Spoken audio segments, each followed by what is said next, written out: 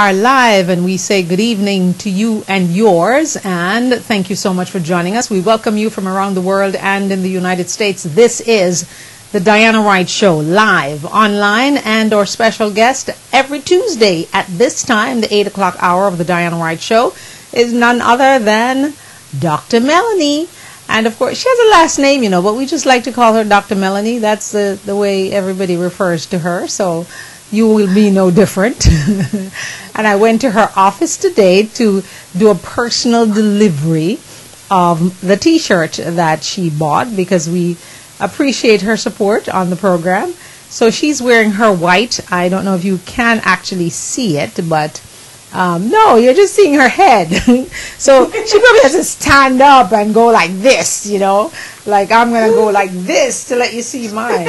There you go. I see it. I got it. And I'm wearing my pink, and my pink has purple. Let me just move this microphone out of the middle. Yes, there you go. See? A fabulous look at mine. And I decided to change the color stones on the pink to purple because it just looks better to me. So anyway, all right, so that's our special guest for the evening. I wanted to let Dr. Melanie know that, remember you and I spoke when we just started this thing, we spoke about Governor Christie, who, yes, you know that he went and secretly, in hiding, in February, had a lap band done. Yeah, so, and everybody's saying, oh, he's doing it because he wants to run for president. So now I'm thinking that he should not have boofed the doctor that was in Arizona that was telling him that he must lose weight if he wants to run for president. Right. So anyway, I just thought I'd put that in. But last night I was watching a program that was talking about sex in America, and they just went deep. Actually, I don't even know what channel I was watching. It just accidentally went on that channel, and they were having some serious talk about sex and sexuality and arousal and all that kind of stuff. And, they were very explicit, and they have had quite a few couples on there. So I managed to write a few things down on my list, but then today, I'm not sure you had time to hear the big news of these 3 young women who were captured and held hostage for 10 years, and one somehow broke free today, and basically they were sex slaves. And I thought to myself, I need to ask Dr. Melanie this question before we even get into the program. Why is it that I never hear that women hold men hostage as sex slaves? It's always the other way around. And what is it about men that make them want to do something like that? From a medical point of view, then, if you will. Well, to be honest with you, many, many moons ago, when I was taking sex education class, it's very interesting when you sit and you listen to the thinking with regards to sex in regards to men. Men kind of see sex in a different way. I mean, obviously for pleasure, but their focus is a little bit more about pleasure in many cases, whether it be with a monogamous relationship or multiple relationships. They're more in it for the pleasure in many cases than for a real commitment. And so with women, unless it's a situation where somebody is forced into that type of lifestyle, or for financial reasons chooses to make their body be available for sexual relations, with an expectation of monetary gain or some other kind of gain, right? Other than a committed relationship, that's kind of where women fall short. But with regards to women, we are more on the emotional side of the connection when it comes to sex than, what men kind of see. And so it's very rare, if ever, that you would really hear that a man is a sex slave, unless they have some kind of erotic play in their mind about how they want to be in an intimate setting with that person.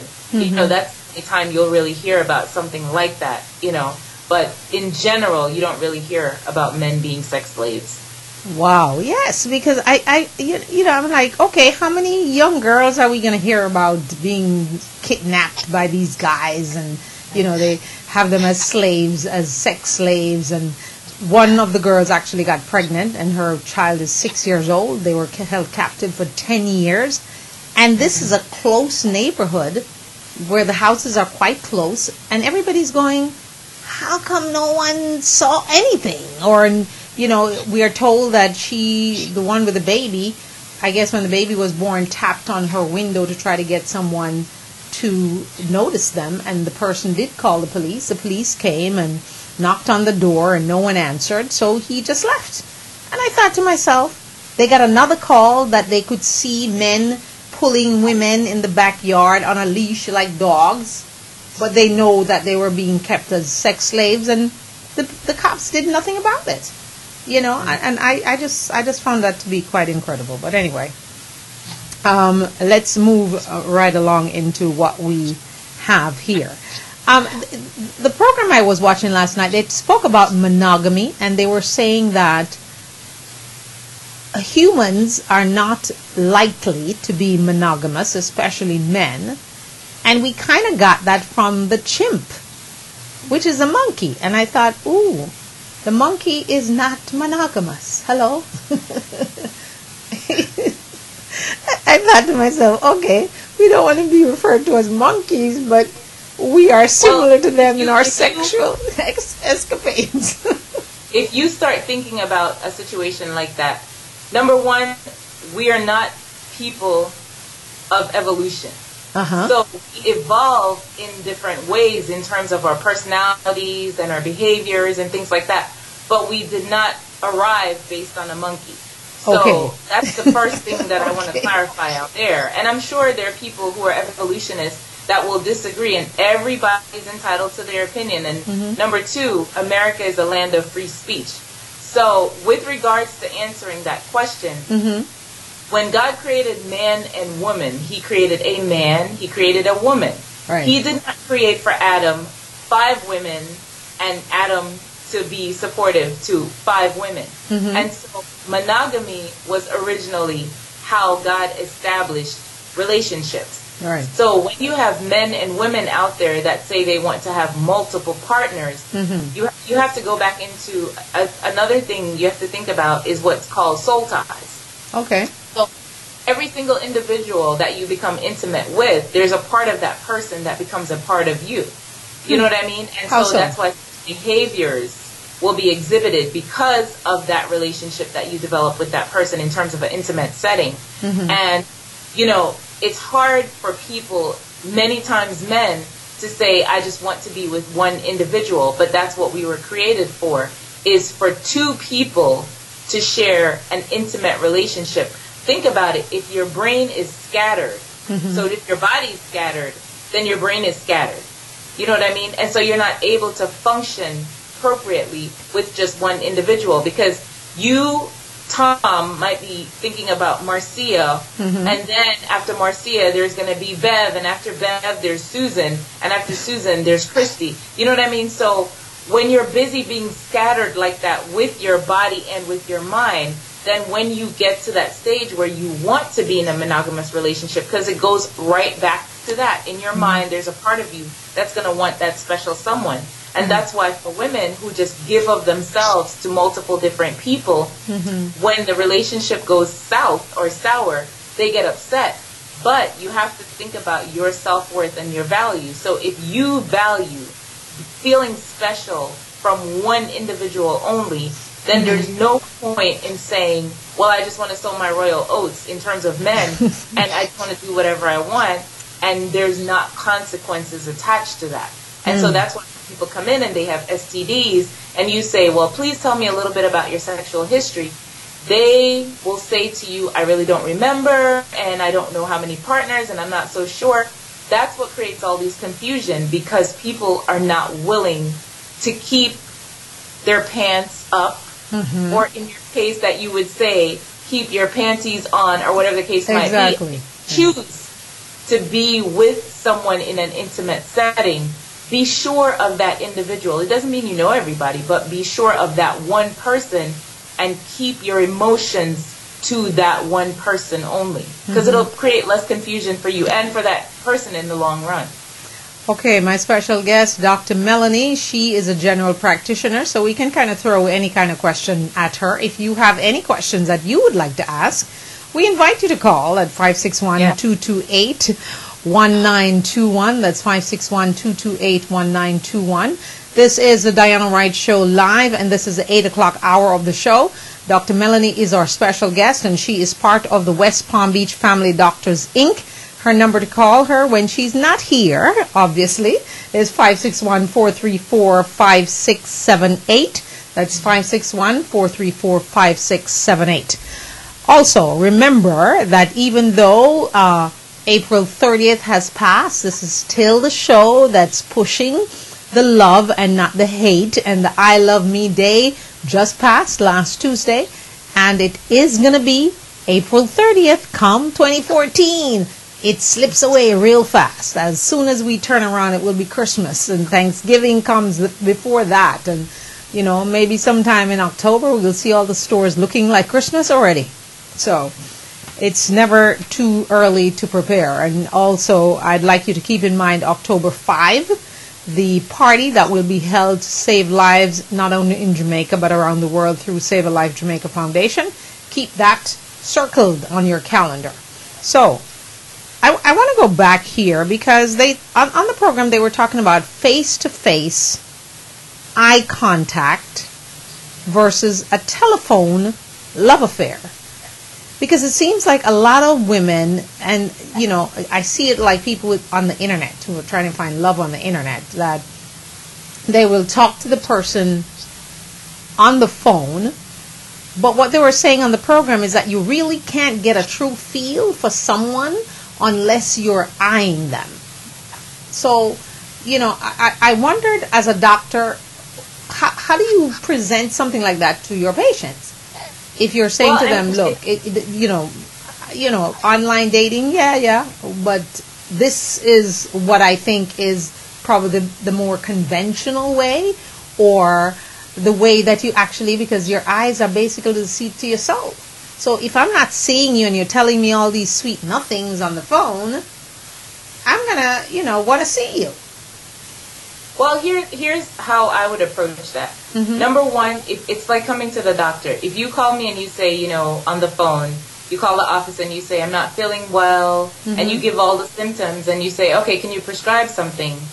I haven't seen you, I haven't examined you, I haven't fully really determined if what you're telling me is really what the ailment is and what I need to address. Mm-hmm. So likewise, you can have a conversation with someone on the phone. It's like you and I correspond, you know, on the internet doing our show. Mm-hmm. And so it's a different feel. Like when you came into the office today, it was absolutely wonderful to see you, because talking with someone and seeing someone in person, two different things. Yes. And so for that reason, you know, a lot of times people will say, well, I'm okay with talking to you on the phone, but do you know what their eyes are saying at that moment? Exactly. You know what I mean? So people can have, you know, voice lessons, if you will, on the telephone. Mm-hmm. And when you meet them in person, you are afraid because you really don't know if that same voice is the same voice that you heard on the telephone, because they might sound a little bit different. Mm-hmm. But also, emotions are high when you're on the phone, because you can be whoever you want on that telephone at that moment. Okay. But when you're in person, the real you eventually has to surface. We hope so. Depending on which way the conversation is going, it's going to determine where you end up mm-hmm. at the end of that conversation, at the end of that encounter. So, you know, I don't knock, if you will, people who actually chat online and talk to each other and then, you know, eventually meet in person. Mm-hmm. But many times some people will say, and I've had patients tell me this who have gotten married off of eHarmony, mm-hmm. that they'll say to you, you know, it was one thing talking with her or talking with him on the phone, but meeting them in person made it so much more special and so much more personable when you meet that person in phone. It's like talking to your daughter on the phone versus seeing your daughter in person. Mm-hmm. Two totally different kinds of situations. Okay. All right. I want to go to something here that I wrote down. Sex appeal. They talked a lot about sex appeal, and I kind of, you know, because I do my workout when I'm watching these things, and I'm going, okay, sex appeal, how does that work? And they went into a whole thing, where this girl says, "Oh, I'm married to my husband, and even when he's lying in the bed and I see him, I feel so loving towards him." And I'm going, what's wrong with me? So, okay. All right, the sex appeal thing, and she was there going, "Oh, I'm in the house and my husband just drives in the driveway and I feel some," and I'm going, "Oh, I must be losing my mind because I ain't getting those things going on." So, what's wrong with me, Dr. Melanie?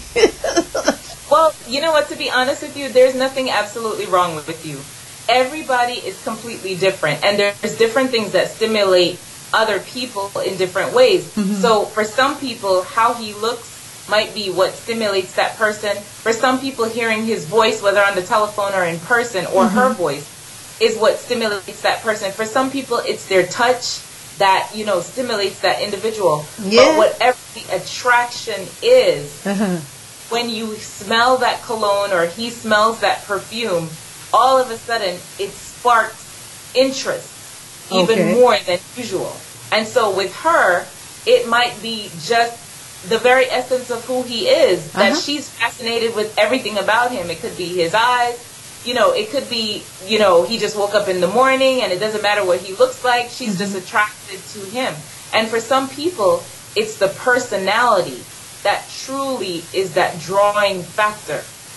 For some people, it's, "Oh, I like when you wear this color, this particular color is very attractive on you, and so whenever you wear this color, you have to watch my eyes because I'm in the same zone where you are when I'm wearing that particular color." So it just depends on the individual and what their attraction is to whatever it is about that individual that makes them find that person. Sex appeal. And then they asked her, "Would you die for him?" And she goes, "Yes." And I'm like, "Woman, you're crazy." You should have heard me in my bedroom. I'm going, "What? You're gonna die for him?" I don't know about that. Is this love thing so deep for some people that they truly believe that they would die for someone else?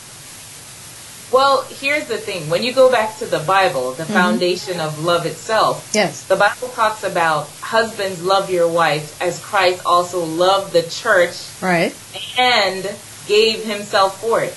So you have many husbands that'll say, "Oh, I'm not doing that if it came down to it." But then you take these vows that say, in sickness and in health, and as long as we both shall live until death us part. Well, the death could be because you're trying to save her life. So what if there's a gunman that comes into your house and your husband jumps in front of that gunman and he died trying to save? Okay. You understand what I mean? So you kind of have to look at it from a perspective like that they may not necessarily mean, okay, I'm just going to randomly go out on the street and if I die, it's only because I'm in love with you that I'm okay with the fact that I'm about to die. You know what I mean? So you kind of have to look at it too, that it might be from a defense standpoint. All right. Okay, so why is it then that some couples seem to last for a long time and some couples just don't make it past a year or 5 years or whatever, or the 7-year itch that they talk about? Why is that? What is it that we need to kind of look into why this happens?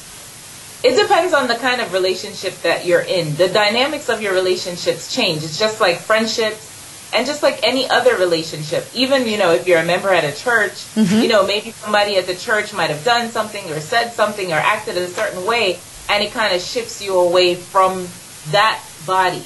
You know what I mean? And the same thing goes with relationships, because we are interdependent kind of people. That's the way God created us. He didn't create us to be an island. Right. So in many cases, you have people that when they first started out in their relationship, he dated her, she dated him, she complimented him, he did the same for her. And then all of a sudden, she doesn't want to do her hair anymore. She has, her head all wrapped up, and she has the roller hair, and that's all he sees. And only if she's going out with her girlfriends or some very special occasion, then he gets to see the nice flowing hair, or whether it's the weave. It doesn't matter if it's a weave, it's still your hair. But, whatever the case might be. But no, it's not. Also did to weave him in and attach him hook, line, and sinker. and he does the same thing. And then all of a sudden, oh, I don't really care. He could do his own laundry. I'm not his mother. You know what I mean? And he could cook his own food. He has 2 hands, and he got home from work before me. Why didn't it kick into his brain that he could have made dinner until I got there? You know what I mean? And so we have expectations, and that's really where I'm getting to. When the expectations change in the relationship, and people aren't really communicating, or there's misunderstanding in the relationship, people start to drift apart. And in many cases, men with their egos as big as they are, sometimes I don't know how they hold in their body, but in many cases, they don't want a third party to intervene. So they don't want counseling if that's necessary. So she may think, well, let's go talk to, the counselor, or let's go see the pastor or whatever, and they're so into who they are that they don't want to seem as failures, so they're not really interested in the idea of counseling. And then with the women, they want to tell everybody what's wrong. And when I say tell everybody, I don't mean, just put your business out in the street. Yes. But seeking help. And whatever way they can get that help, even if it's a girlfriend to listen, and at the end the girlfriend says, honestly, you're completely wrong, and he's right. Okay. She might get upset later, but she got to air what it is that she was feeling. And that's what many couples don't do. They don't talk to each other. They talk to everybody else. Okay, well, I tell you what, I watched a movie over the weekend called Hope Springs with Meryl Streep and Tommy Lee Jones. I don't know if you've seen the movie. Very good movie. And I thought to myself, how many elderly couples or couples who are married for a long time, because you truly don't have to be old to be married for 20, 25, 30 years. You still, correct. Some people got married younger. But the whole thing is, I just couldn't understand how, well, he said he got a back injury and, he decided to sleep in the next room. And then the therapist said, so did you invite him back in? And she goes, no. But the wife is the wife is the one that always seems to be honest enough to say, something is wrong with this relationship and I need to fix it, even though it's going to cost me $4,000. Not speaking for myself now, because I don't know if I'd do that. Okay, $4,000 is a lot of money. So, but the fact that she decided to break into her investment to go and have this therapy, and her husband was a real jerk in the whole process. And, the therapist kind of just say, okay, if you don't want to be here, then just leave. But then he realized, and in the end, it was so good to see that, yes, it doesn't matter what you think is so bad where you are, it can actually be fixed through therapy. I don't know if you necessarily need to go to therapy. Probably some people do need to go, because you need to have someone who's objective, who can kind of point you to the fact that you're being a jerk. Correct. Yeah? And the whole sex thing is that she did not have any fantasies about sex. He had lots of fantasies, but did not tell her what the fantasies were. So the therapist is bringing that out, and I'm going, okay, communication, which is what Dr. Melanie always talk about. People need to communicate. But is it that people just get so caught up in their own little lives, even though they're within a relationship? So they don't communicate, so she doesn't know that he's fantasizing about oral sex and threesomes and all kind of stuff, and and she's going, it made her so uncomfortable to even think that the doctor is going to ask her to try to do this oral sex thing, which she was totally closed about. And I thought to myself, I wonder how many other women are out there that's struggling with that same thing. They know probably that their husbands are fantasizing about this. And if he's tempted, he will go and have it someplace else. Some of them don't, like he didn't, because he's like, I don't fool around, I didn't do anything, I stayed, and I pay the bills and I work, and, which it seems to me that most men are like that. How do we truly, as women, come to grips with what men are fantasizing about And just be able to be brave enough to say, look, I am not going to do this because this is not something I'm comfortable with. Right. Well, one of the things that people need to do, which I said last week in our show, is you have to talk about these subjects before you engage in them. Okay. And the reason why it's necessary to do that is, you know, if a husband, for example, if people have gotten intimate prior to being married, and this is not something I'm encouraging, but if people have gotten intimate prior to being married, and all of a sudden certain things that they were interested in doing, certain sexual practices that they did prior to getting married or sealing the deal, if you will, with that husband or that wife, all of a sudden become things off limits, then sometimes that creates questions and conflicts in that person's mind. Because if they were open to certain suggestions or you know, certain things, then all of a sudden when your mind changes, that person's very confused because now they're saying, well, wait a minute, did you say yes to this just because you wanted to get... Yes, because you wanted to get the ring. On a long-term basis, and now you're going to deprive me of things that I really desire to have. Okay. And people do that. Yes, people can be very manipulative, even in the bedroom. Yes. People do. And so one of the things I would recommend is for women who have said to themselves, you know, there are certain things that I would not do, communicate that with your partner. You know, and if your partner is very insistent, then you have to kind of dig into, well, maybe what is their experience in the past? Why is it that they want this particular type of sex act to be carried out? You know, and there's nothing dirty about sex. What people fail to remember, which we said on numerous occasions, that's how everybody got here. So it's not a dirty word. Right. I mean, other than sex being gender in terms of male or female, sex also means copulation or coitus, if you will. You know, so people do get intimate with each other, and why we're scared to embrace this subject, I will never understand.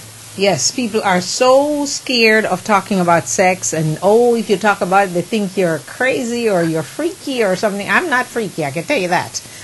I just think that people need to talk about these things. So, okay, I want to go down now. We did sex appeal, but I want to do lust versus love. They talk a lot about that in the program, because they say that a lot of people, when they get hooked up or when they are introduced or when they get together, however, there's a difference between lust women and love. Because I think women tend to equate men's sexual aggressiveness or wanting to do this thing with you, which is lust in my opinion, and basically that's what the program was saying, as opposed to thinking that someone loves you because they just had sex with you. So, well, here's the problem. When you think of lust, it's a desire for something that in many cases you cannot have. So okay. It's not something that, let's say, you I don't want to say own, because that's not appropriate. Right. But, for example, if a young man is with a young woman, and let's say they're not married, and he sees her, he finds her attractive, he likes the way she dresses, he likes her hair, he likes her nails, you know, the whole 9 yards, he can look at her and start to have sexual fantasies about this woman. So literally, it's like he's already committed the act with this woman, whatever it is he's thinking about, without physically touching this person. So is that the lust as opposed to the actual having sex being the lust? Right. And there are women who do the same thing. There are women who could look at a man just in passing, casually, and something about that man grabs their attention. It might be his biceps, who knows, whatever. But there's something that grabs their attention, and they use that to kind of hone themselves in their mind about being with that person, versus love, where some cases it might have started out as lust and it might end up as love. Who knows? But in many cases, you have situations where when it's love, it doesn't matter if everything is quote-unquote not perfect in the relationship.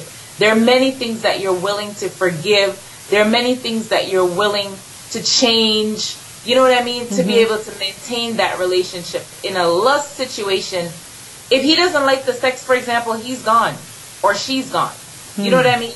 Versus love, you start working on other things to enhance the relationship.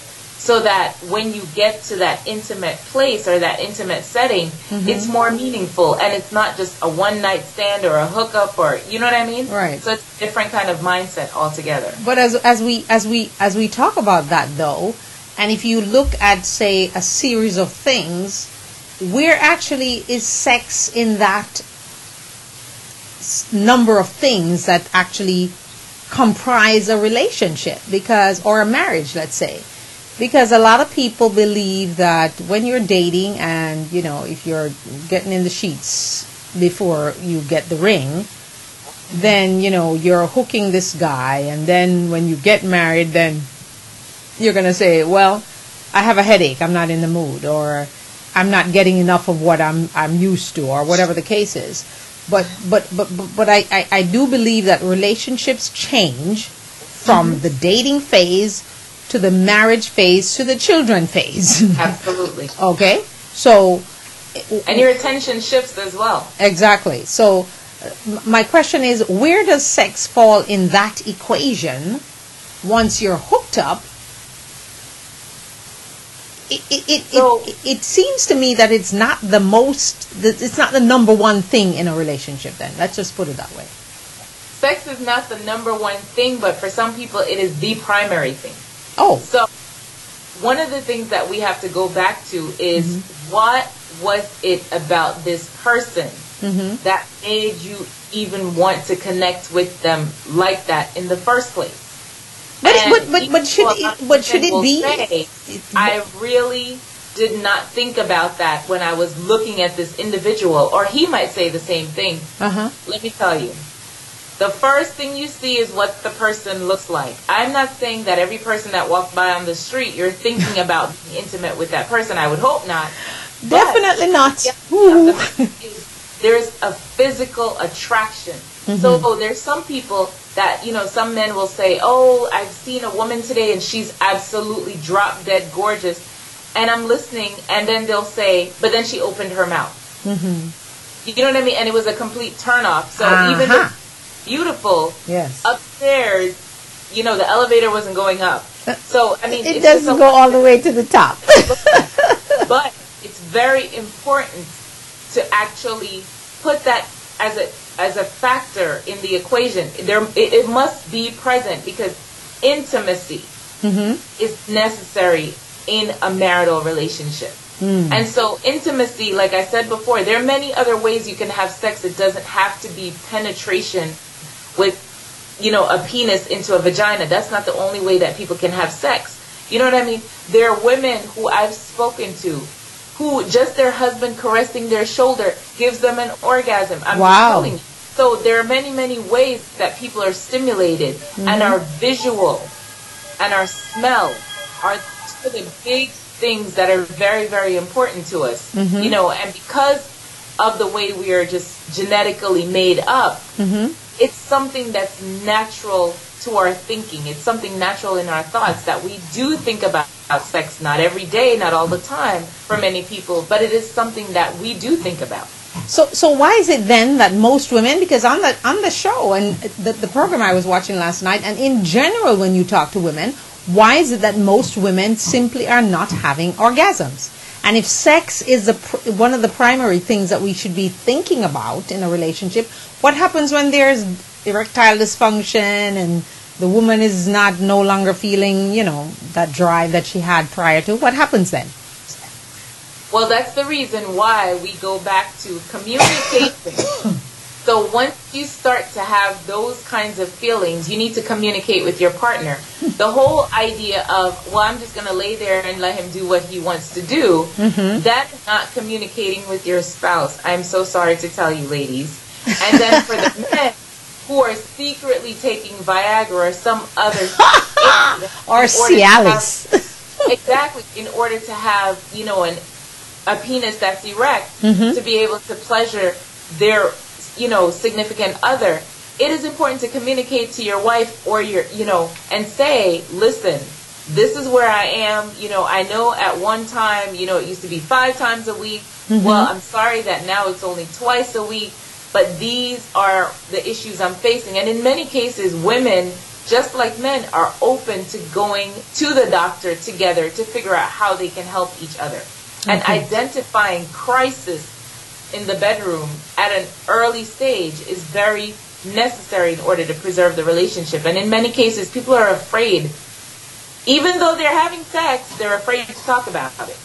But is it that men are more, how should I put this delicately now?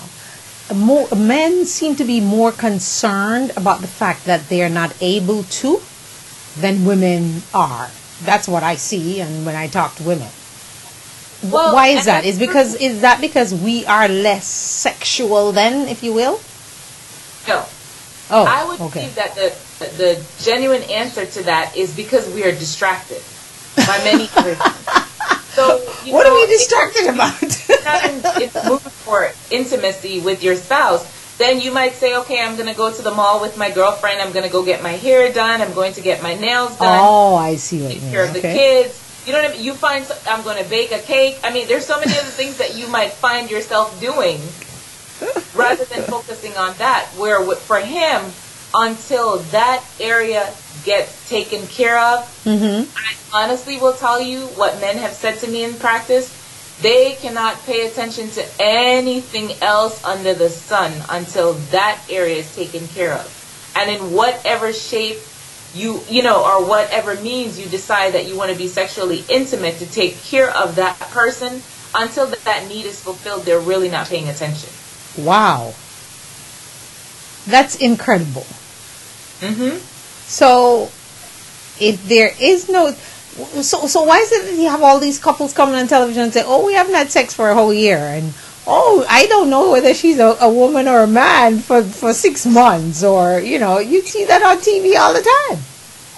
And the reason, first of all, some of these people come on television, as we know, for entertainment purposes only. Yes, I know. In some cases, because most of the time I don't believe what they're saying. Right. In many cases, it is a reality for some people. Yes. For example, with Hope Springs, you know, this was a reality for her. Even though she wanted and desired her husband, she wasn't going to force the issue. But the thing is, she recognized there was an issue, and she wanted to try to get a solution, so she went and sought help. Right. Now, he was rebellious to the idea because when a man has to sit down and open up himself and say, listen, God created me with this organ, and I'm supposed to be able to use this organ to provide pleasure to my wife, and now I'm in a position where I can't get my brain to work in coordination with my penis, and so because I can't get these two to function together, because maybe I'm not attracted to her like that anymore.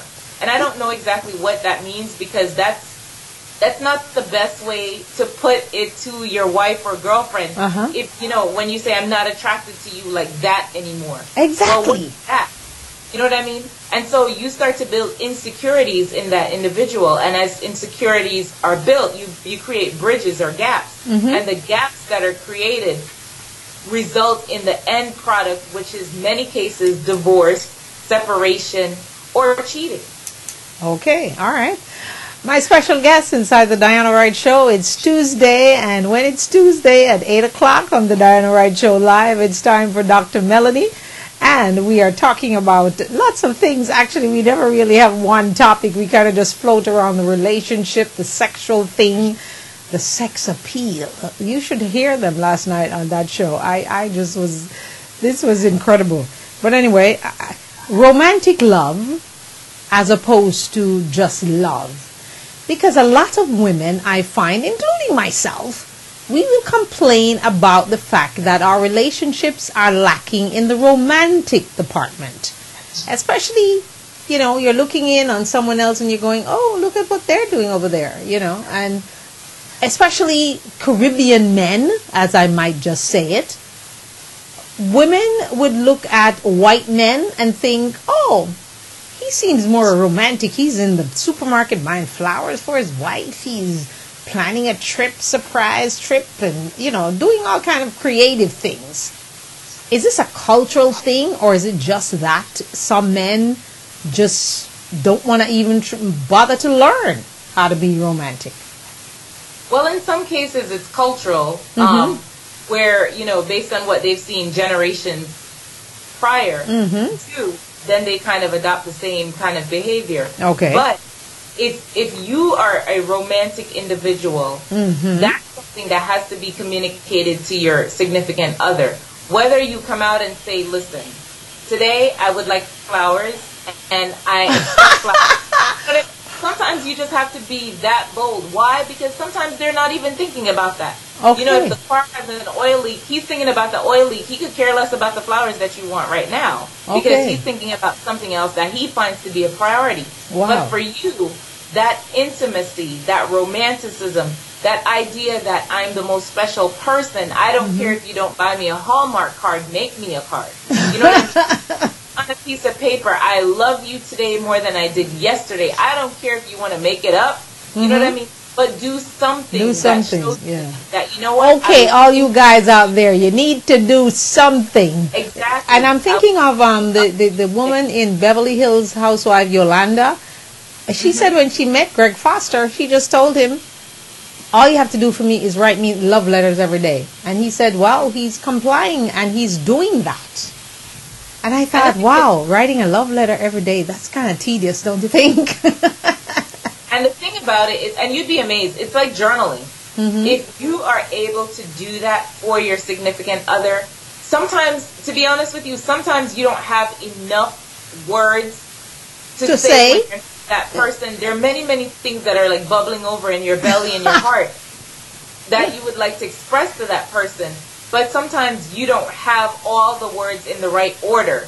You know what I mean? That you can come out and say to that person. So writing it down, letting your thoughts flow, that sometimes is a very good way of expressing yourself to that individual. And I mean, just small, kind gestures. If you didn't used to open the car door, you can start by opening the car door because it'll catch her off guard. You know what I mean? So just little things like that. Or, you know, you can say, okay, I know she normally goes to the hairdresser. Let me find out when her next scheduled appointment is, and let me set up that appointment in advance. Or even let me pay for that appointment. Okay. Even if she shows up 3 months from now, her hair appointment is already paid for. You know what I mean? Stuff but like just that. little things that you can do, whether on the male side or the female side, just to show that person a little extra, that I really do care about you. I really do think of you often.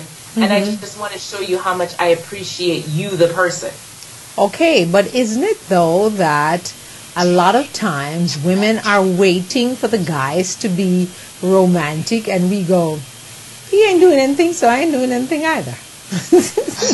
You know, And guess what? So how do you break? Yeah, a lot of women don't want to be first. Even if you're married for 20 years, you just don't want, because you don't want to be hurt. But here's the thing. If both of you sit and wait on each other, then nothing is going to happen. Okay, so ladies looking and watching, Dr. Melanie wants you to make the first move. That's it. That's it. You know, boy. if put it this way. If you have, let's say, for example, you have an area on your body, like let's say your back, because that's often where people complain of like itching, and your back is itching, and you want to scratch your back, and you reach behind you, but you're not able to really scratch it the way that, you know, you really want it scratched. Right. And this significant other walks by and rubs you on your back, unknowing to you, or unknowing to them, let me say, that you were having, you know, an area of your back that was itching and you needed to scratch, and you say, oh, right there, and then all of a sudden they start to scratch your back and you say, oh, that feels good. Well, they're probably not realizing that you're getting your back scratched. They're probably thinking something different. So it's just that same idea. You first started by trying to scratch your back on your own, but then you got some help. You know what I mean? It's just that simple in communicating with one another what you like, what your needs are, and how you can improve the relationship. And that's what we should aim for every day, to improve the relationship on a daily basis. Okay, so just the same way you say I love me every day, you're supposed to strive to make your relationship with your significant other, or your spouse for that matter, better than it was yesterday. Okay. Exactly. I want to go into obsessive love. They spoke a lot about that there are women, especially, sometimes men, will be obsessive. They want to be with the person all the time. There's this constant attachment. how I when I was watching it, I thought, but that kind of could be a little dangerous. Because, okay, if someone becomes obsessive and then you are not able to satisfy that obsession, then what happens next?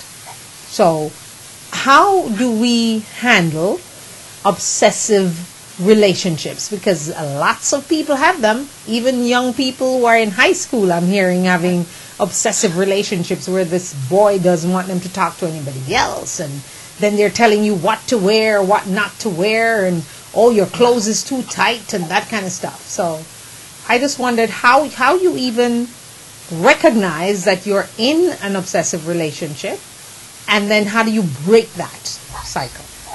Well, I think it's very necessary in situations like that where people pay attention to what their love language is, because love languages say a lot about who you are.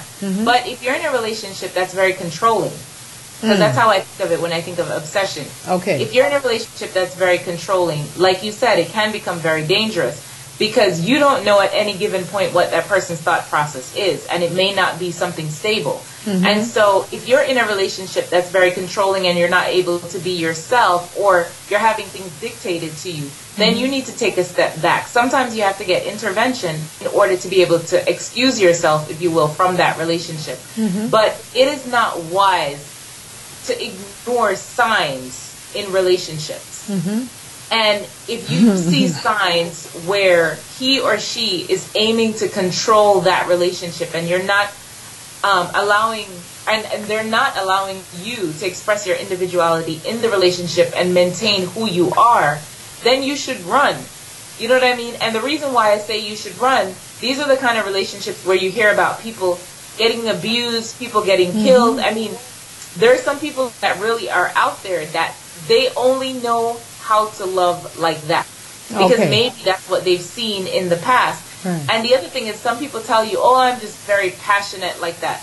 Well, you can be passionate and you can be crazy. You know what I mean? And you don't want the person that's crazy, you know, show me all the passion you want, but if you're going to be crazy with it and I'm going to feel unsafe, you know, then that's a relationship that as quickly as you can, you should escape. Escape. Whoa. Okay. I am, well, they actually said on the program that romantic love is an addiction. And I wrote that down because I thought to myself, oh, so if you're romantic with your husband or your wife, you're becoming addicted? This is why it's very good that everybody has their own opinion. Because if everybody always believed the same thing, then we probably would have a very, very crazy world, more than in some ways how it's already crazy. You know what I mean? But there's nothing wrong with being an extremely romantic person. So maybe you're that person who plans a surprise getaway and you take that person away, and that person is not used to that kind of a relationship. So, you know, when some people are being appreciated, it's very overwhelming for them, because maybe in their prior relationships or just watching other relationships around them, they never experienced that. You know what I mean? So all of a sudden he's bringing her flowers while she's used to not getting flowers. You know, there was a guy who told me years ago that I was dating, I'd rather give you a rock than give you flowers because it lasts a lot longer. And I was looking at him like, seriously? You know? Well, I agree with the guy, because the rock, you mean he'd rather give you a diamond? Well, apparently the rock wasn't strong enough because he's still not around. Oh! So, you know what I mean? So I'm just saying that if I'm communicating and telling you what I like, don't ask me what I like if you don't want to hear what I really, well, a lot of people are like that, don't you think? That's it. Okay. All right. That's funny. Oh, my goodness. Oh, okay. I want to talk a little bit about, because the program did mention that. And before I even go to that, I will go back to the movie.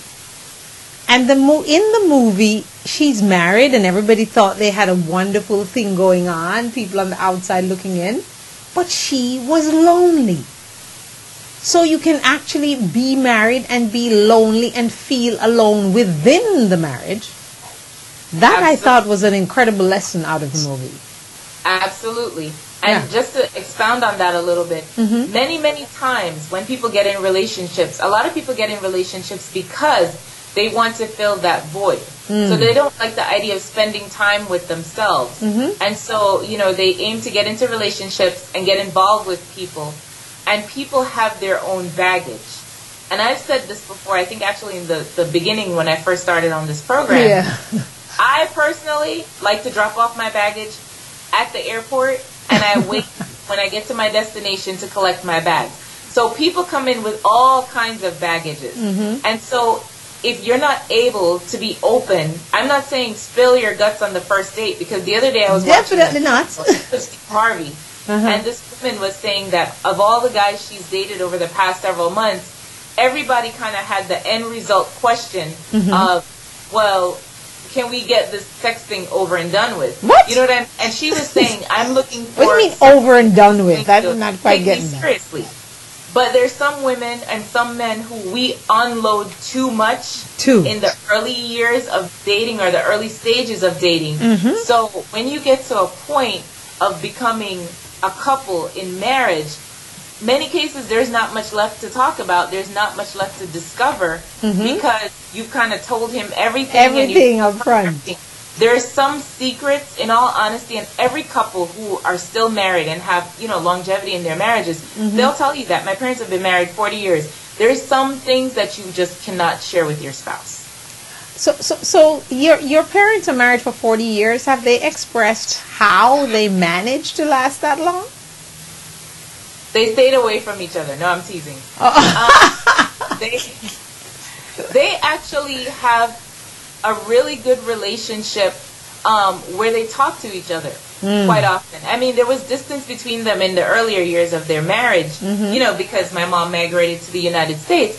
But irrespective of the distance, they kept in contact and they would speak as often as possible. And my mother would come and visit, my dad as often as she could. And so when my father and the rest of us migrated here to the U.S., all of us had the opportunity to watch them blossom in their relationship. And I would say that the last 10 years of their relationship is even better, probably, than the first 30 years. Because now as they've aged, my father's 89, and now as they've aged, they both look back and they smile and they say, you know what, we're grateful for the trials, the ups and downs we've had in our relationship. Because my father, expressed a lot of kind words to my mother, and my mother apologized for a lot of things and expressed a lot of kind words to my father. But at the end of the day, they both said the same thing: I would not desire to be married to anybody else. Okay. And I mean, after 40 years, my mother got a beautiful ring that I've ever seen. And I told her, I said, well, just put that in the will and we'll be okay. But, it's something beautiful to know that even 40 years later, my father still thought to do something so thoughtful for her. And for me, that was an encouragement, because in many cases, when you have relationships that are, going on for this long period of time, people just say, I get bored of the person and that's why I want a divorce. What are you going to divorce and do? And the next person, you will get bored of that person too. Especially when you've spent half of your life with that person already. It doesn't make sense. Okay, all right. Can you actually remain deeply in love with your spouse? Absolutely. Yeah, because that's something that really I got out of this show, and I thought to myself, can you truly be deeply in love despite all the struggles and ups and downs that people go through their lifetime? And then at the end, you're saying, okay, it really was a good thing to get married to this person. And I'm still actually in love with the person. In any relationship, whether it's a marriage, it's a friendship, if you do not grow, it's time to go. And the reason I say that is I'm not encouraging divorce by any means. No. But you should be growing all the time in the relationships that you form. If you have friends that are not contributing to who you are, or you are being, too demanding, so to speak, with that person, then you have to recognize maybe this is a relationship that I need to step back from for a little while, regroup, and if necessary, come back. You know what I mean? Yeah. So there are areas where you're going to disagree, and you have to agree to disagree about many things in your relationship. But it doesn't mean you wake up tomorrow morning and you say to each other, you know what, I can't stand you, I don't know why I married you, because those words are penetrating wounds. Yes, they stick. And even though you may not react today, 5, 10, 15 years down the road, when people see you and they say, well, why are you getting divorced? And you start to repeat or rehash things that have happened, then they say, oh my goodness, and you stayed that long? You understand what I'm saying? So you have to know what things you're able to tolerate in that relationships and what things you will not tolerate. Yeah. But in the midst of that, compromise on certain things is very necessary. And that's really what maintains relationships.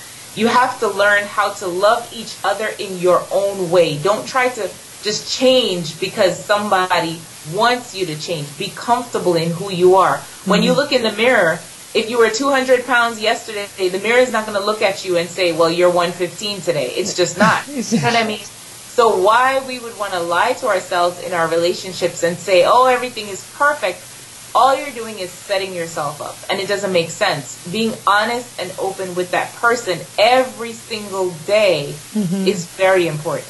Okay, so you should be like me, who just spills everything and speaks your mind. Don't go to bed with it festering, Speak about it. This is the Diana Wright Show. I just interject quickly and say, with regards to speaking your mind, you can always speak your mind, but always in love. Yes, I try. Love. Your Sometimes it's not in love. With love, but your tone on how you say something. So you can say, to your husband, oh, I don't like this. I don't like that you did this. But your tone, body language, kinesics, all of that is very important in how you communicate with somebody. And somebody can be very receptive to your disagreement or your dislike, or they become very rebellious because of the way it came across. So, all right, so that's a good thing to learn. I wonder though, Doc, if someone comes to you and say, okay, Dr. Melanie, I am just choosing to be by myself, don't want no husband, no children, I just want to be free. What do you say to that patient? God bless you. And you know why? Because maybe that's what that person needs in order to function the rest of their life, just to be by themselves. They may have friendships or family relationships that they value and they enjoy spending time with those people, but maybe they have just decided that, you know what, it is not for me. Maybe it's because of friends or family that, they failed at their relationships, and so they decide that. But you know what? We have to respect what people desire. And if somebody chooses not to have children, somebody chooses not to get married, somebody chooses not to buy a big house even though they have the money to be able to do it, we have to just respect what people want.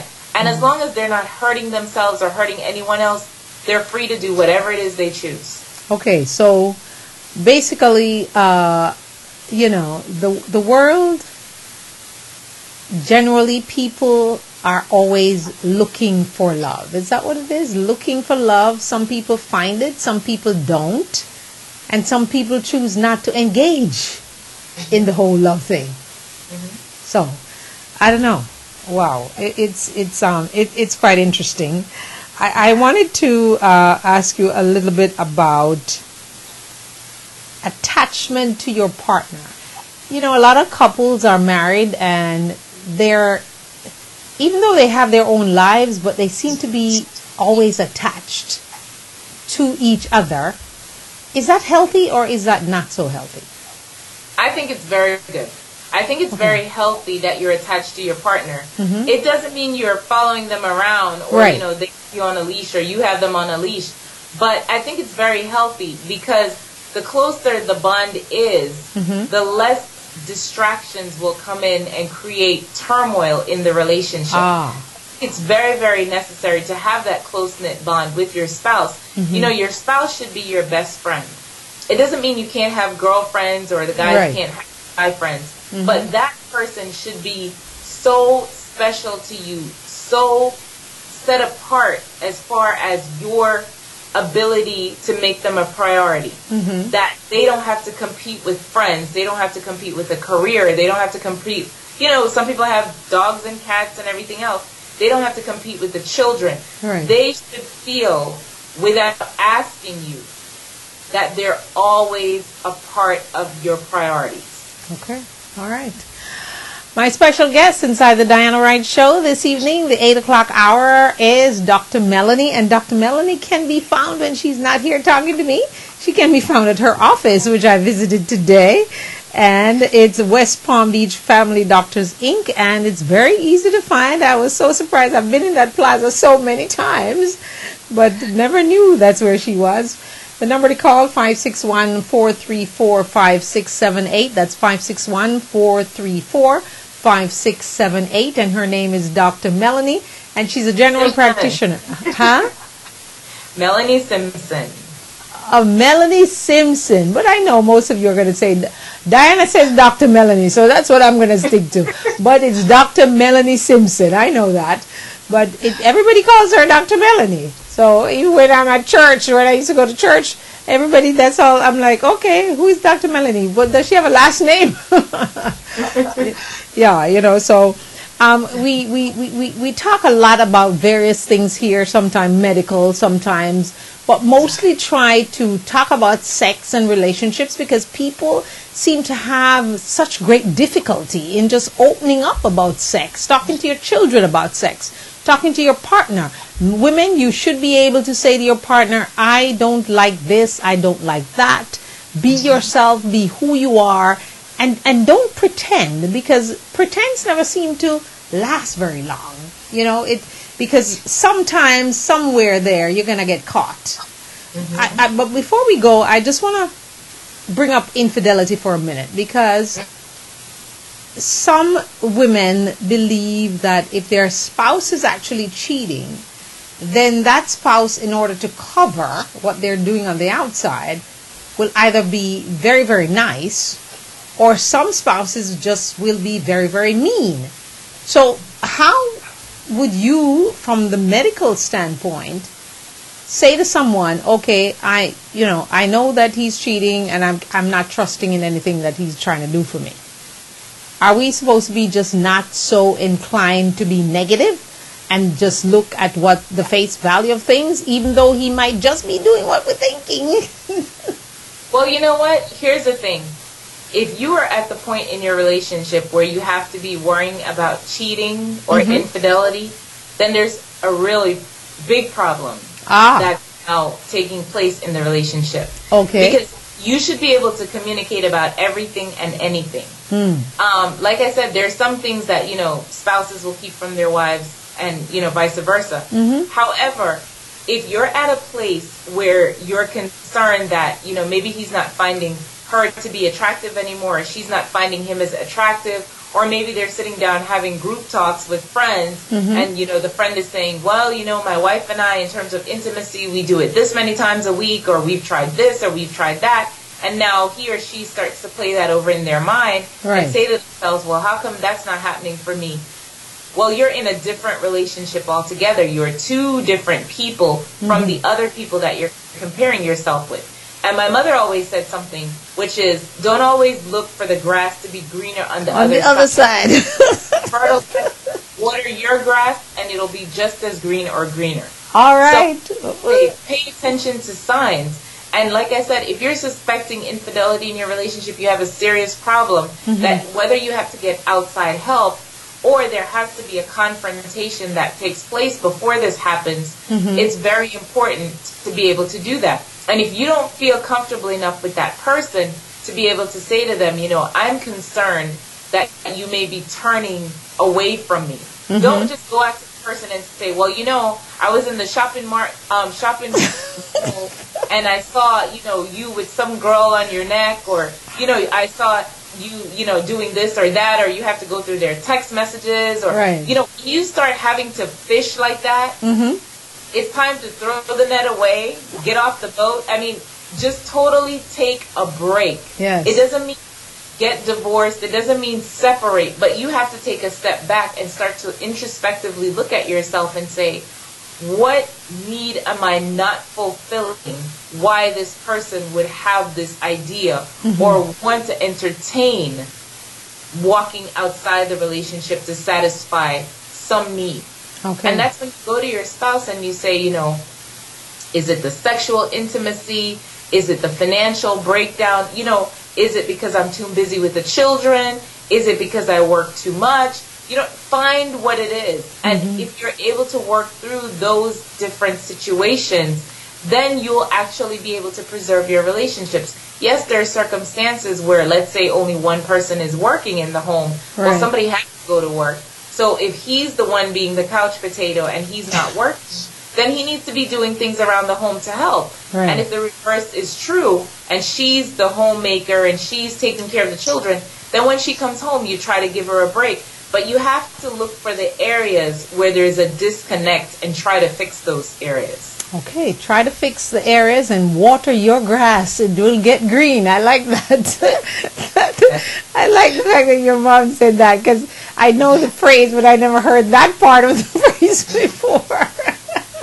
So, and as a matter of fact, the movie that Doc and I were talking about earlier, that's exactly how it ended up. They ended up watering their grass and staying together and remarrying, renewing their vows, and it just ended to be a great movie. I never knew that Tommy Lee Jones could be so not, violent kind of, because he's always in these bad boy movies. And, he was just vulnerable in this movie. So I totally enjoyed it. Anyway, thank you, Dr. Melanie. Another Tuesday and another hour of good conversation, and hope that we opened you up just a little bit so you can be able to go to your spouse and say, this is what I want. This is what Dr. Melanie Simpson said, and Diana Wright.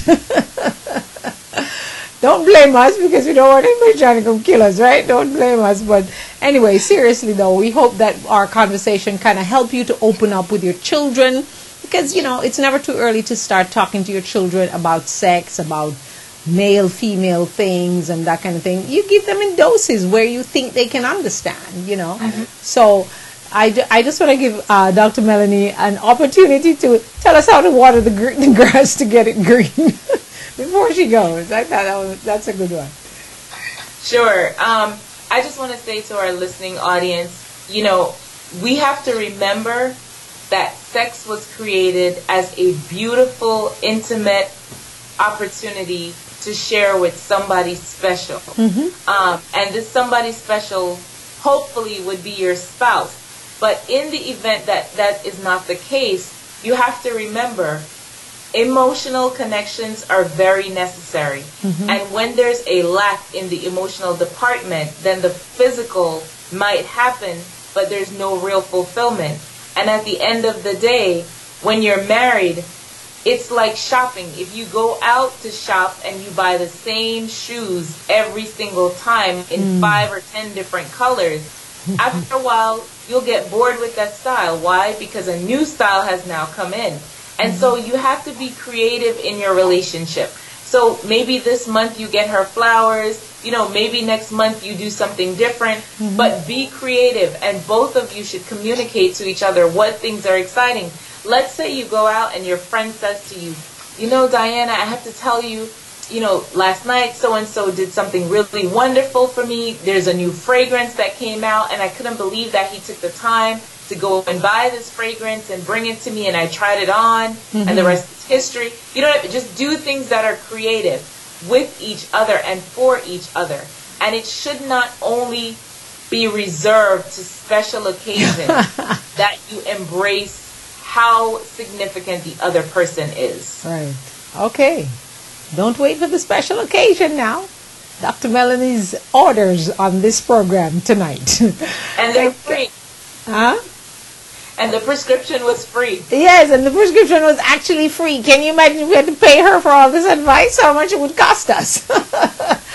Okay, Dr. Melanie, thank you so much. We look forward to a great conversation next Tuesday again, right here, God's willing, that we're all well and able to do this. So thank you so much for joining us, and have a great evening, and stay prayed up and be blessed. All righty, take care. All right, that was Dr. Melanie, my special guest inside the Diana Wright Show live online. And we thank her so much for joining us. And of course, we will have her next week. I will come up with lots more questions, but we'd like for you to come in and join in the conversation. And love us on Facebook, like us on Facebook, give us the thumbs up. It's a Diana Wright Show live. And we do this every day at 10:30 in the morning. Tomorrow morning, my special guest will be Dax Dunn because it's Wellness Wednesday. And we're going to talk about some things that are quite interesting, some things that I just found out about and he knew already. And we'll share it with you. Things that can ease your pain that you have and all those good things. But we want you to be well. And we want you to look at the t-shirt here. It simply says, I love me. And there you go. I can take this away so you can actually see. I'll blank that out so you can see the full portion of the t-shirt. So there you go. There it is right there. And it's beautiful. And these are purple stones, and we have them with white stones, of course. So we invite you to purchase whichever one pleases you. Dr. Melanie got the white with the pink stones, and it's stunning. Really stunning, and you can wear them every day, feel good about yourself, and people will be asking you, oh, I love me, because when you have the shirts on, great conversation happens, whether it's the fitted one like this one or the beater that I wear sometimes on the program. So I'll try to wear them, once or twice a week just to keep it in your memory. So we ask you to remember that April 30th every year, as of this year, which we celebrated last week, is I Love Me Day. And these are the t-shirts that give you the spirit of loving yourself. It's so easy. You're the only person involved in loving you. So why not do that? Love, the biggest word, the biggest emotion, the thing that we all want and need to survive. Because without love, if we all had hate, how would the world be? No, we don't need that. So let's get back to loving and giving love and showing love and loving ourselves and who we are. Thank you so much for joining me this evening. And of course, if you love something, set it free. If it comes back, it's yours. If it doesn't, it was never yours. As we say, adios, ciao, and au revoir. We thank you from around the world and in the United States for joining us for the Diana Wright Show live this evening with Dr. Melanie. Dr. Melanie Simpson. She wants you to get her last name in too. Dr. Melanie Simpson, all right? So stay prayed up and have a good evening. And we'll see you tomorrow morning at 10:30 when we have Dax Dunn, our special guest inside of Rad Wellness. He'll be here as we celebrate, as we always do every Wednesday. It's simply Wellness Wednesday. Take care and be good.